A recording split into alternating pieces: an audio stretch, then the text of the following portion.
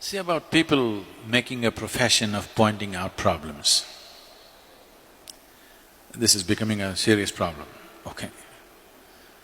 You try to do anything in this country, they want to stop it. You want to build a dam, there's a protest. You want a nuclear project, there's a protest. Thermal project, protest. Windmill, protest. But everybody wants everything. In their homes, they want all the gadgets, they want 24 hours power, they want everything going. This is because we are only looking at the problems and we have not taken up the challenge of creating solutions in our minds. I think this is a kind of a pre-independence hangover.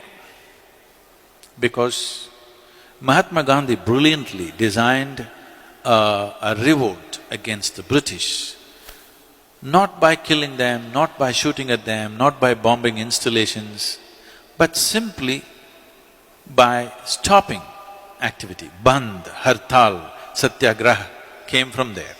It was a brilliant device for those days because we were conquered. But even today, if you want to become a leader, I'm just telling you, this is a secret, okay? Suppose you want to become a political leader, don't try to build a road, build a dam, do this, do that. No. Gather 100 of your fans and block a highway. Make our lives miserable. You will become a leader. Yes, unfortunately, yes. You stop the train, you stop the road, you cut the water, cut the electricity, you will become a leader. If you make something happen, you will get ignored, of course. Making the nation go and making the nation stop are two different kinds of technologies. Mahatma Gandhi mastered the art of making the nation stop, and it was contextually the right thing to do for those times, because we were being ruled by somebody else. But we are still doing the same thing. State governments are demanding that they must have a right to call for a bandh. Bandh means closure.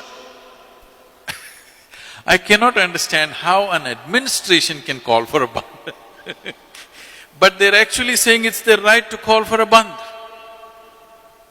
Close down something and you'll rise in your prominence. This must change. We should never identify people who stop something in this country as leaders. This must be done by all the citizens. Whoever stops something in this nation should never ever be our leader. Whoever makes things happen in this country, he must be the leader, isn't it?